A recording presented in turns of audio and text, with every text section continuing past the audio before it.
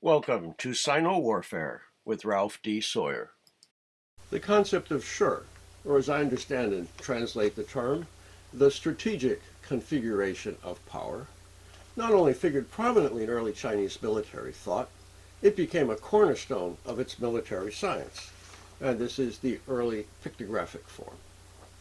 In The Art of War, shih is the subject of a focal chapter titled Strategic Military Power.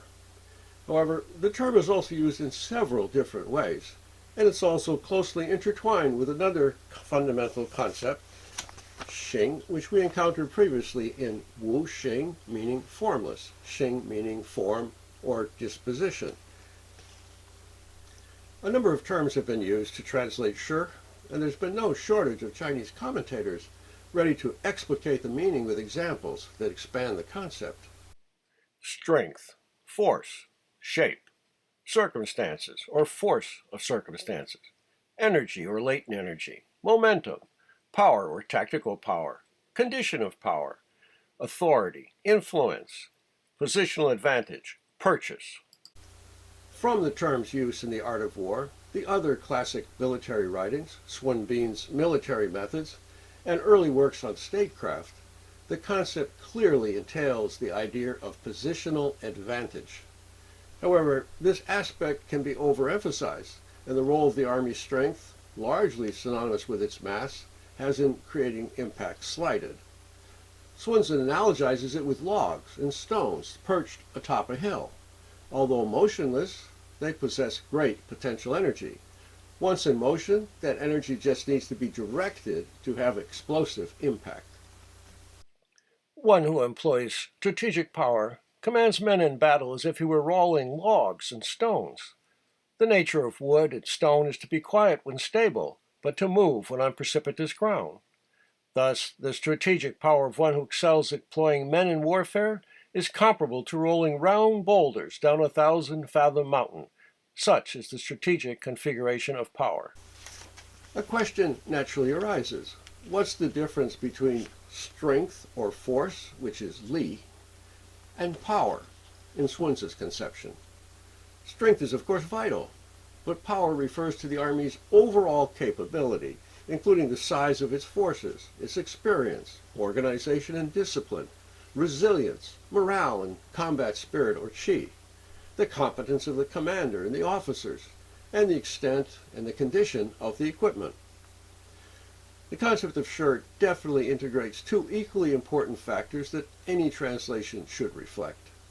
First, the strategic advantage conveyed by superior position, and second, the power of the forces involved.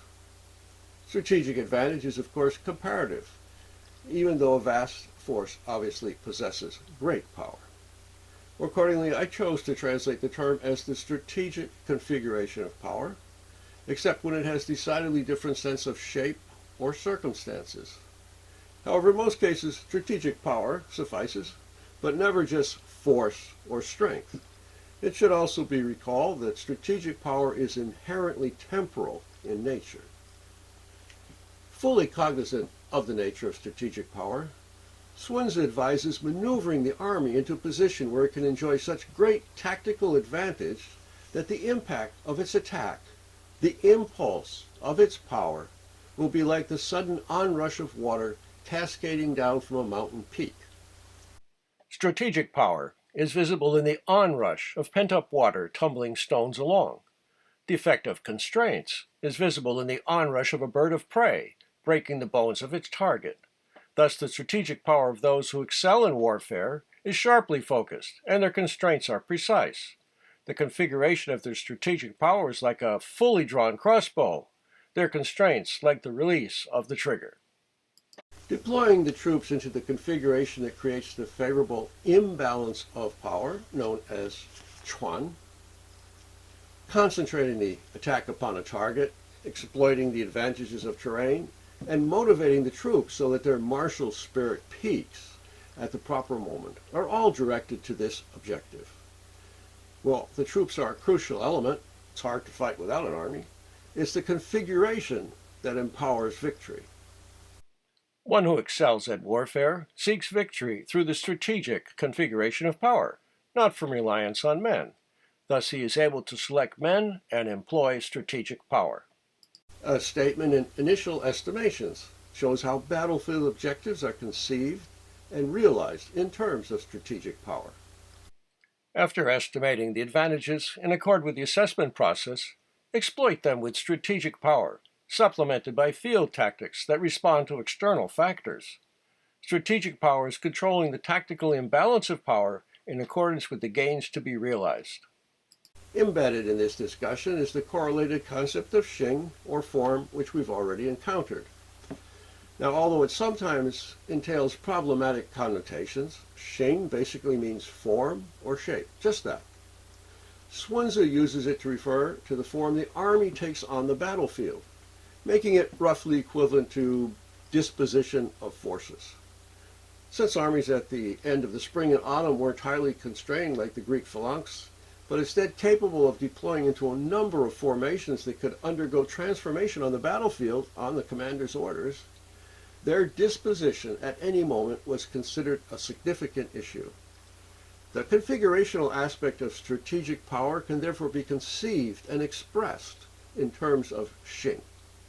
In a crucial passage, Sunzi states, "The army's disposition of force is like water.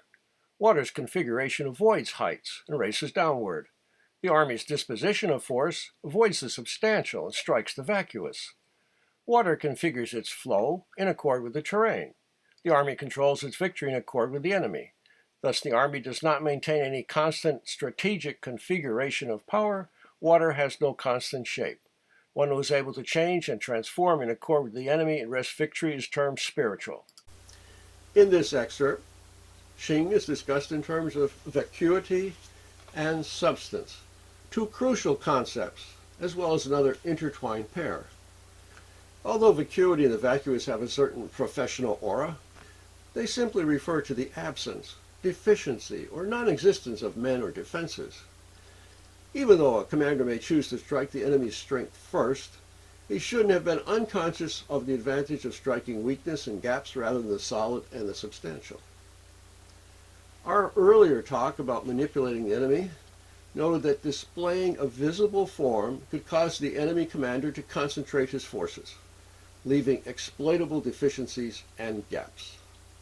Throughout the art of war, but especially in chapters like vacuity and substance, Sunzi emphasizes the importance of moving through unoccupied terrain, striking weakness, and taking advantage of deficiencies.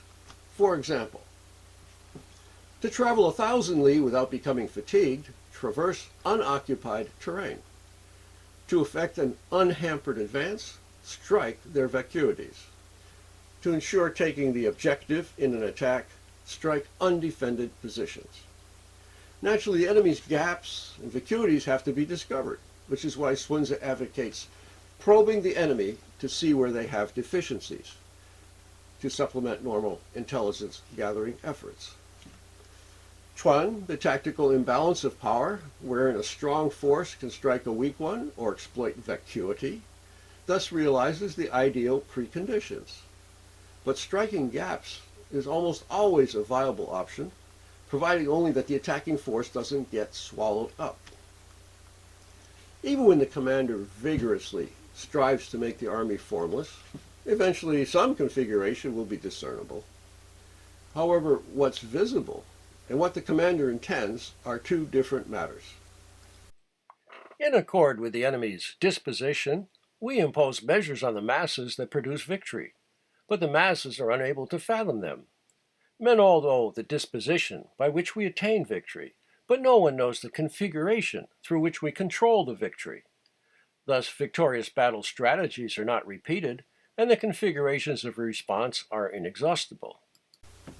The last line, "the configurations of response are inexhaustible," is particularly important because commentators and commanders over the centuries have sometimes mistakenly believed that once the enemy commits themselves, the response is automatically determined, just as water must follow the terrain's shape and declination. However, while somewhat constrained by the enemy's deployment, certain immutable tactical principles and combat realities The form of response is still freely chosen within essential parameters. While Sunzi employs the image of water, the analogy shouldn't be pushed to extremes. Imagination and flexibility are the watchwords throughout the art of war, not determinism. Although commanders acting far from the battlefield often forget streams, marshes, and even slight gradients can adversely impact an army's movements, Sunzi found topography to be a critical issue. The Art of War devotes most of 3 chapters to discussing recurring configurations of terrain and the sort of actions that are appropriate as well as inappropriate to them. They'll be the focus of Talk 7, before which we'll tackle the somewhat controversial and frequently misunderstood topic of the orthodox and unorthodox, which is also the subject of my book, The Tao of Deception, Unorthodox Warfare in Historic and Modern China. Later develops in the theory and practice of the unorthodox will also be the subject of a separate series of discussions. As always, thank you for watching.